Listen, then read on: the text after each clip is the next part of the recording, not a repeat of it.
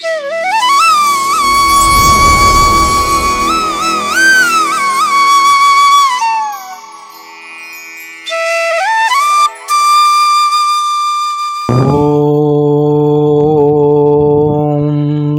సమర్థ సద్గురు సాయినాథ్ మహారాజ్ కీ జై. ముందుగా సాయి భక్తులందరికీ నమస్కారం అండి. వీడియో చూస్తున్న ప్రతి ఒక్కరిపైన ఆ సాయినాథుని ఆశీస్సులు ఉండాలని, బాబా గారి భక్తులందరూ ఎప్పుడూ కూడా ఆనందంగా సంతోషంగా వారి జీవితాన్ని గడపాలని మనస్ఫూర్తిగా కోరుకుంటూ ఈ వీడియో స్టార్ట్ చేస్తున్నాను ఫ్రెండ్స్. ఈరోజు సందేశంలో బాబా గారు మనతో ఏమంటున్నారంటే, బిడ్డా, నీ జీవితంలో ఒకరిని నమ్మి మోసపోయావు కదా తల్లి, బాధపడకు, త్వరలోనే నీకు దూరమైంది దగ్గరవుతుందమ్మా అని బాబాగారు అంటూ ఉన్నారండి.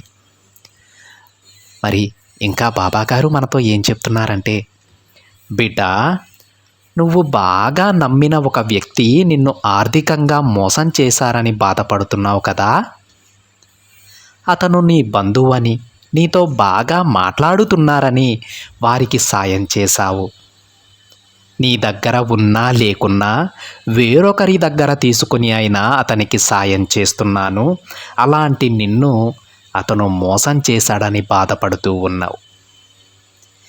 నేను నీకు ఎన్నోసార్లు చెప్పాను కదా తల్లి, నవ్వుతూ మాట్లాడినంత మాత్రాన వారు మంచివారు కాదని, నీలానే అందరూ ఉండరు అని నీకు చాలాసార్లు చెప్పాను కదమ్మా.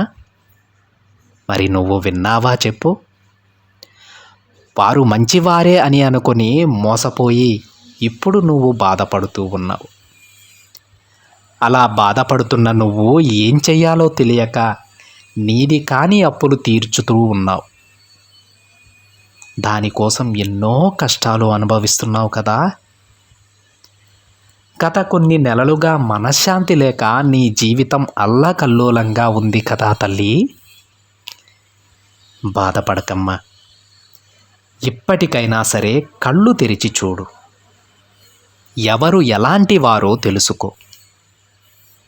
అతి మంచితనం పనికిరాదని గుర్తించు. ఇకనైనా అలాంటి వారికి దూరంగా ఉండటం నేర్చుకో. ఇక అతని సంగతి నేను చూసుకుంటానులే. నువ్వు పోగొట్టుకుంది నీకు దక్కేలా చేస్తాను. బాధపడకమ్మా, అతి కొద్ది రోజులలోనే నీ జీవితాన్ని నేను మారుస్తాను. ధైర్యంగా ఉండు బిడ్డా. త్వరలోనే నీ బాబా చేసే అద్భుతాన్ని నువ్వు చూస్తావు. ఇది నీ సాయి సత్యవాక్కమ్మ. తప్పకుండా జరిగే తీరుతుంది. ఇప్పుడు జరిగింది నీకు గుణపాఠం అనుకో. ఇంకొకసారి ఇలాంటి పని చేయకు. అలాంటి పని ఇక చేయనని నాకు మాట ఇవ్వు. నువ్వు నీ కుటుంబం బాగుండాలని నా ఆశీర్వాదం నీకు అందిస్తానులే. నా ఆశీర్వాదం పొందిన నీకు అంతా మంచే జరుగుతుంది బిడ్డ. ఇక ఎలాంటి ఆలోచనలు లేకుండా ప్రశాంతంగా ఉండు.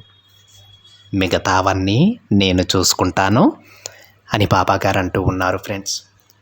చూశారు కదండి ఈరోజు బాబాగారు చెప్పినటువంటి సందేశం. ఇది ఏ ఒక్కరికో కాదండి, ప్రతి ఒక్క బాబా బిడ్డకి సంబంధించినటువంటి సందేశం. ఎందుకంటే ఏదో ఒక సమయంలో ఎవరో ఒకరి విషయంలో ప్రతి ఒక్కరూ కూడా మోసపోతూ ఉంటారు. మనం ఎంత స్ట్రిక్ట్గా ఉన్నా సరే అండి, ఎంత తెలివైన వాళ్ళమైనా సరే, ఎవరో ఒకరు తప్పకుండా మనల్ని మోసం చేస్తారు ఫ్రెండ్స్. ఎందుకంటే మనకు వాళ్ళ మీద ఉన్నటువంటి అమితమైనటువంటి ఆ ప్రేమ అవ్వచ్చు, లేదంటే వాళ్ళ మీద పెంచుకున్నటువంటి నమ్మకం అవ్వచ్చు. ఆ రెండింటిలో ఏదో ఒక దాని వల్ల మీరు మోసపోవడం ఖచ్చితంగా జరుగుతుంది. ఒకవేళ ఇప్పటి వరకు మీకు అలాంటి సందర్భం ఎదురవ్వకపోతే జాగ్రత్తగా ఉండండి ఫ్రెండ్స్. భవిష్యత్తులో మీకు ఎదురయ్యే ఛాన్స్ ఉంది. అలాంటి పెను ప్రమాదాన్ని మీరు తప్పించుకోవాలని నేను మనస్ఫూర్తిగా కోరుకుంటున్నానండి. ఎవరైనా ఇద్దరి మధ్య గొడవ వచ్చింది అంటే తప్పకుండా 90% అది ఆర్థిక ఇబ్బందుల వల్లే వస్తుందండి. మీరు ఏదో ఒక విధంగా డబ్బులు సర్దడం వల్ల, వాళ్ళు మీకు తిరిగి ఇవ్వకపోవడం వల్ల, ఇలాంటి సందర్భాలలోనే చాలా మంచి స్నేహితులు కూడా విడిపోతూ ఉంటారు. అందుకే ఆర్థికంగా మాత్రం మీ చేతిలో ఉంటేనే సహాయం చేయండి. ఒకవేళ సహాయం చేసిన తరువాత అది మీకు తిరిగి రాకపోయినా పర్వాలేదు అనే ఉద్దేశం ఉంటేనే మీరు సహాయం చేయండి. వాళ్ళు మిమ్మల్ని మోసం చేయొచ్చు, లేదంటే వాళ్ళ ఆర్థిక పరిస్థితి చితికిపోయి మీకు తిరిగి వాళ్ళు తీసుకున్నది చెల్లించలేకపోవచ్చు. అందుకే చెప్తున్నాను ఫ్రెండ్స్,